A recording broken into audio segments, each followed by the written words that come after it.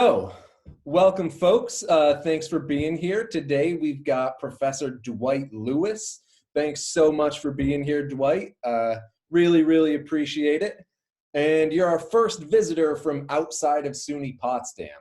So I thought this was a place for us to start.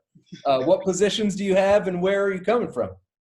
So right now I'm actually a postdoctoral fellow at Penn State in the philosophy department. And then in the fall of this year, I will be an assistant professor at the University of Central Florida in the Department of Philosophy also. That's awesome. Congratulations. Tenure track positions in philosophy are not easy to come by. Yeah, so we met almost 3 years ago now at a Women in Early Modern Philosophy conference at Lehigh University. So I thought this would be a good place to start really getting into your work. So what did you argue for there, and what got you interested in women in early modern philosophy? Yeah. So first off, that Lehigh conference was unbelievable. And that campus is beautiful. Right? I've never been to a place that was that beautiful in my life. Oh, me either. The library is like a circle, and it's got this like plain glass window at the top center. It was absolutely beautiful. I'm like, are y'all looking to hire? I felt out of place. Me too. Me and my co-writer, so I wrote an article on Jacqueline Pascal, and I wrote it with Dan Collette, who's at Marquette University. So after we gave our paper, we literally just sat outside on a bench and just like looked at the campus for quite a bit of time, just because it's absolutely beautiful.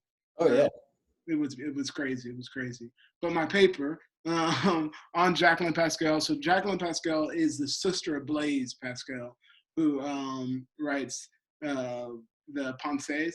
I hope I'm saying that right. Yep. But our paper was focused on her theory of justice, her theory of moral responsibility. And what she tells us is that we have theory and we have practice. And unless our theory is necessarily put into practice, then it is not a good moral theory, point blank. And you're not being a virtuous person unless you're actually putting your moral knowledge into application, unless you're actually applying it. And so our focus really there was attempt to show that these type of ideas have been going on for a long time. We're talking about this stuff today, but this is actually going on at a time when people are actually having a hard time putting their theories to practice, right? Because the churches has such a hold on what is considered knowledge. And we have people like, Galileo, even people like Descartes, hiding the fact that they are critiquing the system that came before them. And so we have someone like Jacqueline Pascal during the same time who is attempting to not do that at all.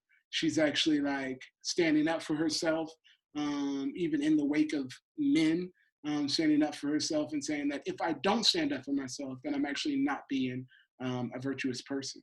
And so, yeah, the focus was really to talk about these distinctions, but really to highlight Jacqueline and what she has to tell us about moral knowledge and how it needs to be applied to practice. Right, something which we could seriously stand to learn today still, right? Yes. As we know, the church is full of people that claim morality and yet are racist on Monday, right? Or sexist on Monday. And on Sunday too. Yeah, as we know, it is the most segregated day of the week, right? Sunday. Crazy. Yeah, so nice. You said so you wanted to highlight Jacqueline Pascal here, and is this sort of connected to your interest in women in early modern philosophy generally, wanting to highlight these voices that have been unfortunately left aside for terrible reasons? Yeah, this is it's hard because my interest in women isn't just about women, right? My interest is in people that have been silenced in general by history. and particularly the voices of the protected classes, as we call them today. So I really attempt to do that as well as I can.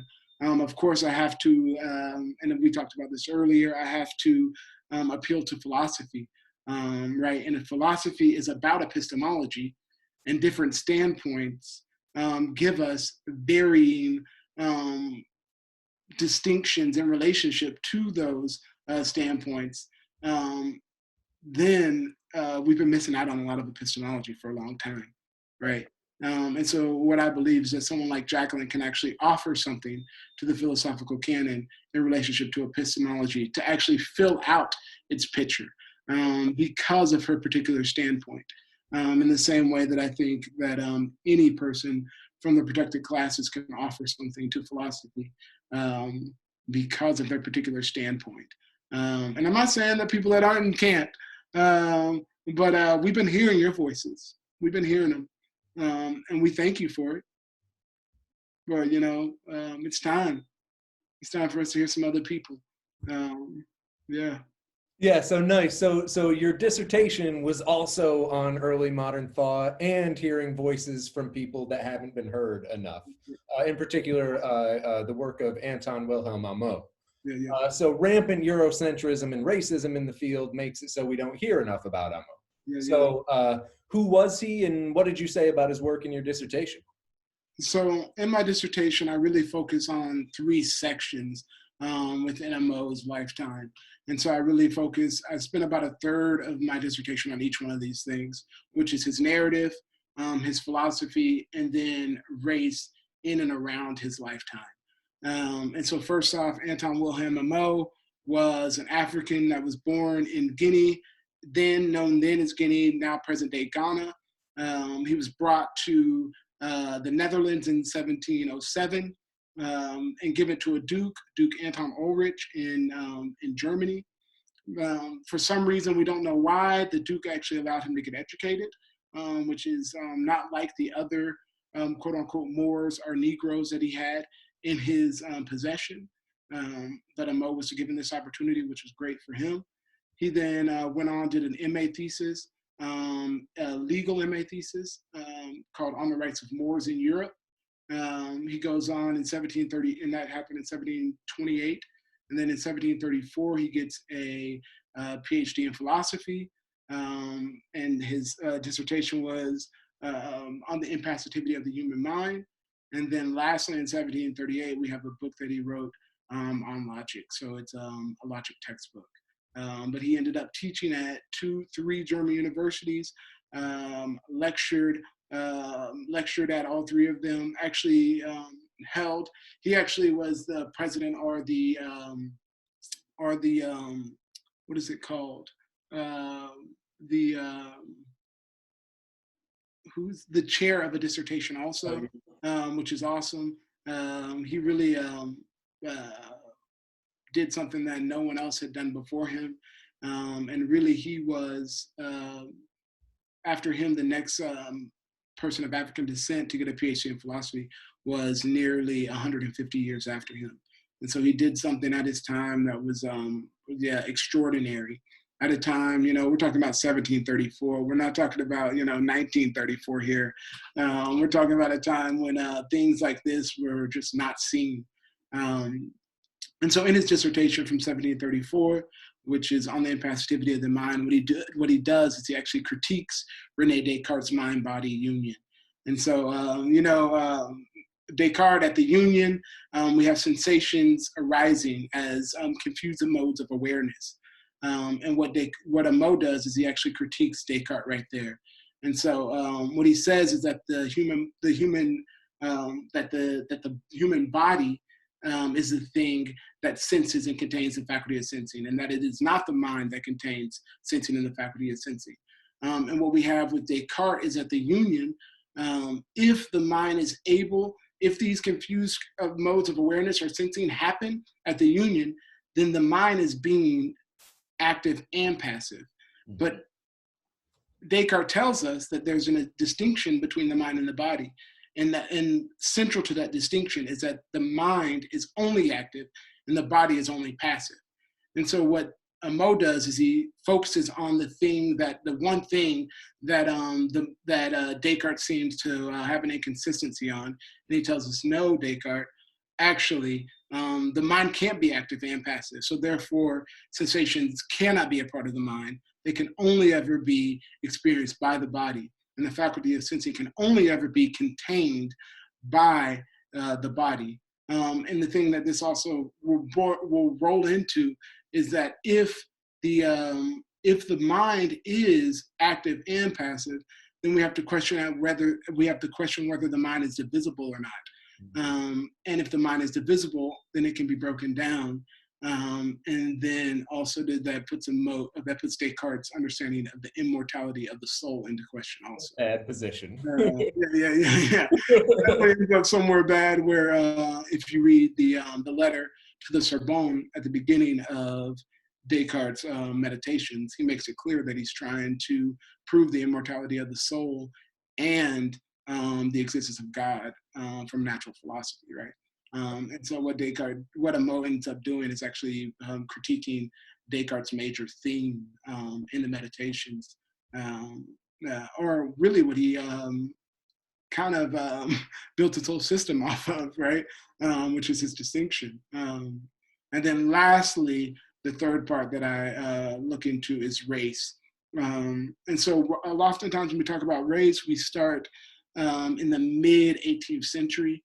And so what I do is I argue that racial difference or skin difference ends up taking place before that, way prior to that, and at least the 100 years before that, they're already dealing with racial difference based on skin difference. And what I'm saying is that matters in relationship to how someone is treated even then, prior to our understanding that race is tied to someone's mental capabilities in scientific racism. So we oftentimes start with scientific racism because we're just worried about mental capabilities. But for me, I really focus on the function of difference, right? And that skin can function in a particular way that you're still dealing with racial difference. And you're still dealing with particular things, you're still being treated in particular ways because of just skin color, and it's still not even being tied to your cognitive ability. And that's what we have taking place throughout the mid 18th century as we see this movement toward scientific racism.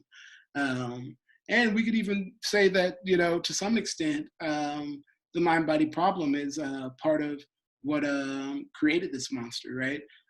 Things that we talk about, things that happen into the body, affecting the mind, as we would say with someone like Descartes, right? And if that's the case, then your Blackness could then affect your soul, right? And the beautiful thing we have with someone like Amo, and this is what also someone like Justin Smith is going to be the champion of this theory, is that we actually have this idea, if we do have that separation of mind and body, then things could happen to the body, but yet the soul could still never change, right?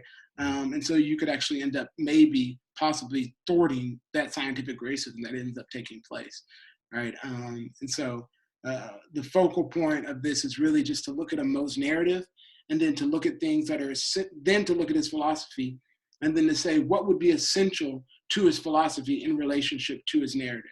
And we have to understand that he's also in Europe, but he's also raced. And so we look at something that's historical in relationship to the immortality of the soul, and then I started peeking into something racial, right? And that's when you come to the idea that his theory in relationship to the mind and body could actually possibly thwart this idea of the mind actually being able to be affected by that human difference of the skin and moving towards scientific racism. So that was the entire, I know that's a long one for you guys, sorry. No, that's impressive. That's an impressive amount of information in a short amount of time. And it's super interesting too. And so the more and more examples I've gotten introduced to like this, issues where people's brilliant ideas are just thrown aside or worse just because they're a person of color or they're a woman, or they're gay, or they're poor. You know, these things have made it so I'm just obsessed with inclusion in philosophy. But I don't really know how that started, though. So I'm curious from your side of things, what got you interested in issues of inclusion within philosophy, both as an institution and as a body of literature here? Yeah. So for me, it started. I'm not gonna lie. You know, I grew up in this world, and so I grew up to some extent anti-Black, right? And it took me going to undergrad and reading outside of my classes. I stopped citing the books in my classes, and I just was reading my own books. And I got to the end of undergrad, and I noticed that I hadn't been assigned one Black author my entire undergrad. So and I double majored. And I was like, how did I not get assigned one Black author? Do people like me even do this? And I actually, at the end of my career in undergrad, I went to my advisor, Tom Schwand, a great guy. I went to him and I asked him, I was like, can someone like me even do this? Do people like me even do academia? Is it possible? And he was like, he gave me all the encouragement in the world. White guy, and I bring that up because I want to tell you, it's like, even if you're white, you can do justice work. Like this guy literally, by saying what he said, probably changed the trajectory of my life. Just by giving me the courage to go ahead and actually like push for something like this. And guess what? He emails me every semester just to check on me. Still does it to this day. He's in the acknowledgments of my dissertation, and he'll be in the acknowledgments of my books for years to come, because the guy has been a huge impact in my life and helped me when I was at my darkest places. But in that, not seeing figures like me in the text, in the books that we're being assigned, I had two choices. I could either like allow that to continue, or I could push back on it. And so I figured, well, shit. Sorry. Well, They're very useful. I'll just work to change it. And so then I got involved and decided to just dive into history and to dive into philosophy. Because of course I was already like philosophically minded. And so I knew I wanted to deal with people and things that were dealing with reasons and intellect. And then my advisor, Roger Arieff, I was like in class one day, and I'm just like, you know, I'm a dog. So every day in class, I'm like, Arieff, where are the women? Where are the Black and brown people? Good for you. Where are these people? Where are these people? And finally he says to me, he's like, I think there's this guy named Amo. I don't know anything about him, but you should look into him. So then I got that name and the game was over. I've literally spent the last 5.5 years of my life, soaked in it. But the goal was really just to aid individuals and the society at large, the community at large, in this quest for bringing voices that hadn't been heard to the forefront. One of the big things for me is that I remember seeing this video of so there's these two little Black boys outside of a movie theater, and they see this Black Panther poster. And there's this video of these two little Black boys, and they're like yelling, no, that's me, I'm that one, I'm that one, I'm that one. And I literally was almost brought to tears because like growing up academically, I really couldn't do that, right? And so the reason why I'm so big on Amo and big on doing these type of things is because it's like we've got to make the imaginary, visible. We've got to actualize those things that we don't think are actually possible. And so I want to give something to young kids to be able to do that, or to college students, whoever it is, that needs to know that we've been doing things like this. Black people have been doing things like this for a long time. Give a voice to those people that have been lost and forgotten throughout history. And so for me, I got lost in it. But it's not just, this is something that's for individuals, but also for the community, right? It's only in our own ability to listen to multiple types of voices that we actually grow. And so through that, I have grown so much. I mean, I listen to white voices all day, every day. And I'm sorry, I've grown from it. I'm actually not sorry, I've grown from it.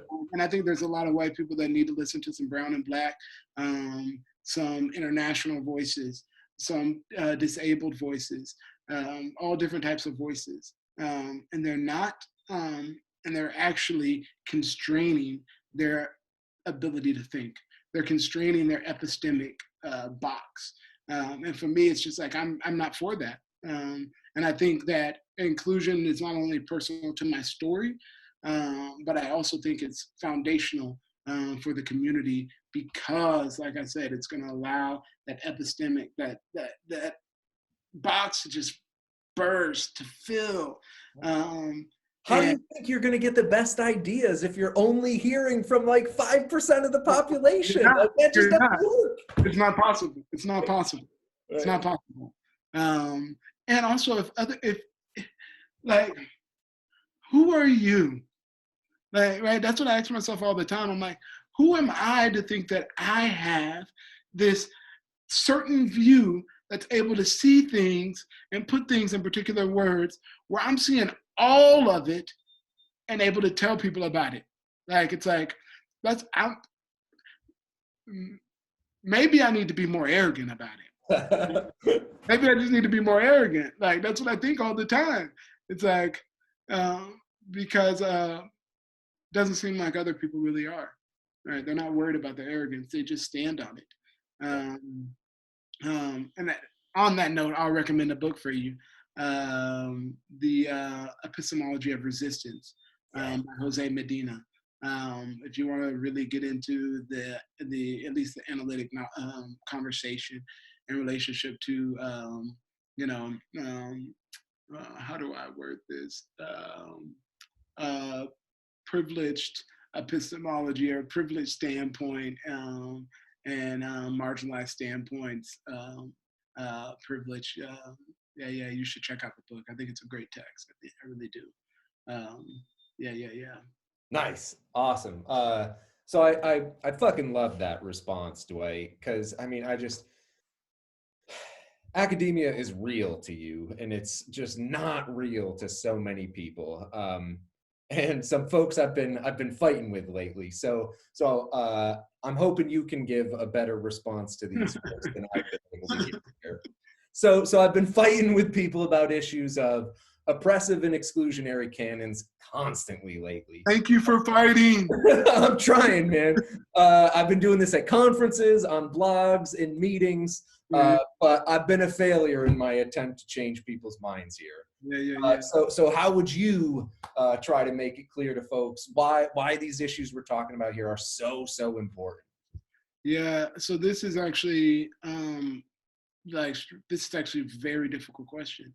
And I think number one, I would love to hear what other people have to say. So please, I think this is going to get uploaded on YouTube. Comment, because that would really help with this. But in this fight, there's a lot of anti-inclusion people, a lot of people that have particular mindsets that are against these type of things, of course.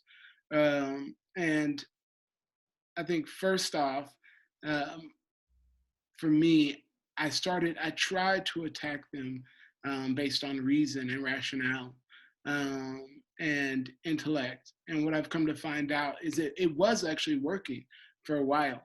But then in the wake of Trump, in the wake of fake news, in the wake of fake history, facts and reasons have now been thrown out of the window, right?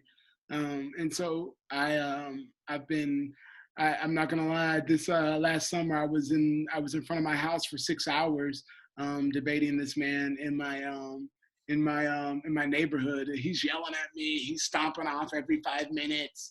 Almost hit me at one point. Yeah. At least he came at me. I was like, "Oh, my man!" And he's an older man too. I was like, "You got some fight in you, don't you?"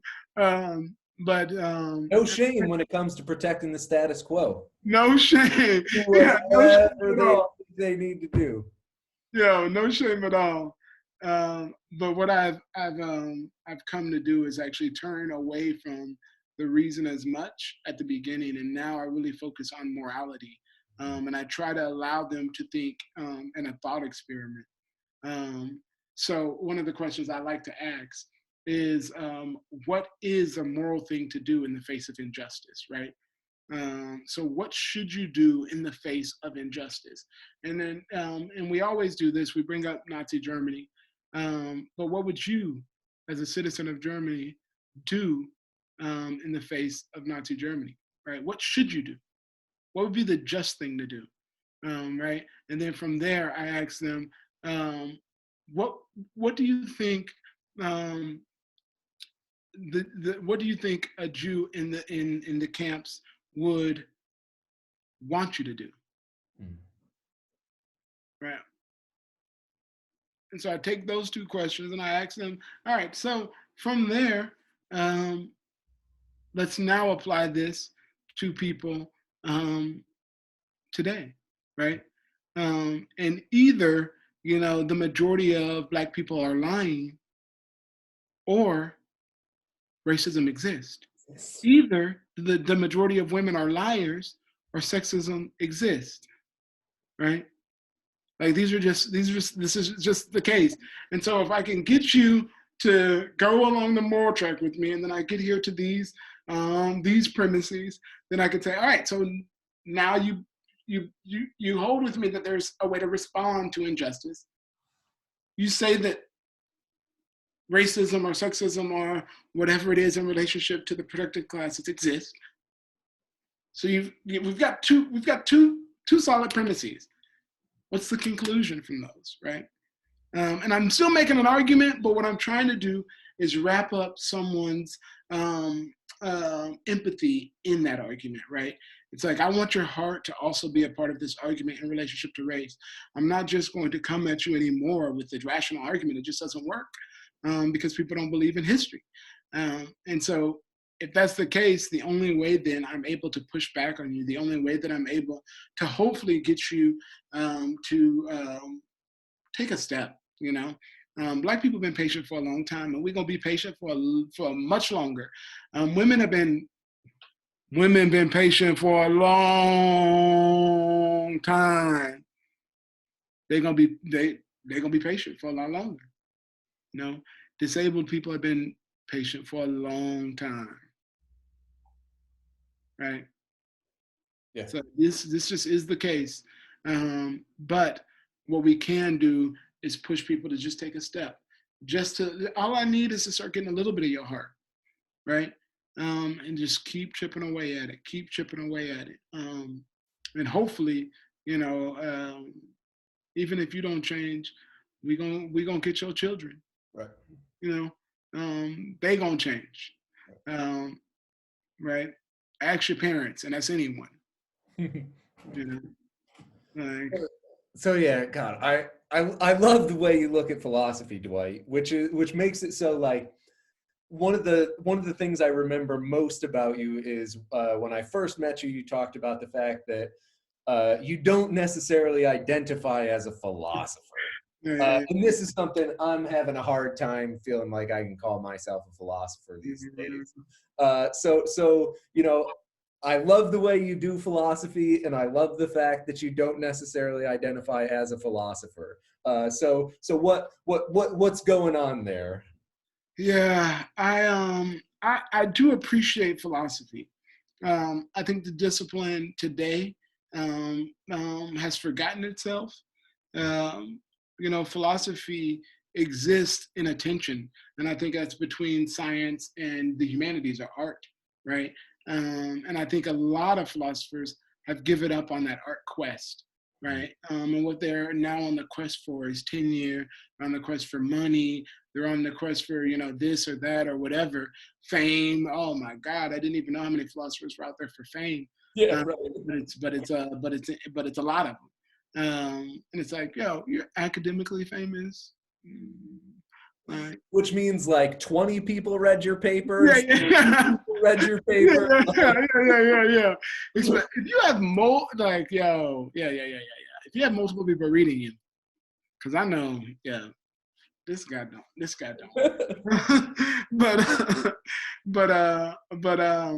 but yeah, I think that we've lost this art side, and this side that and this art side I think is very essential to talking to the heart, talking to emotions, talking to someone's being. We're really good at we've really been in the last last century really focused on science in the head with analytic philosophy. And I think that philosophy has always meant to be something that bridged gaps, right, between the humanities and between the sciences. And that's why, if you go to the sciences, they're still reading philosophers. They're still citing philosophers in their work. You go to the arts, they're still citing us. But we've now gone to one side to some extent.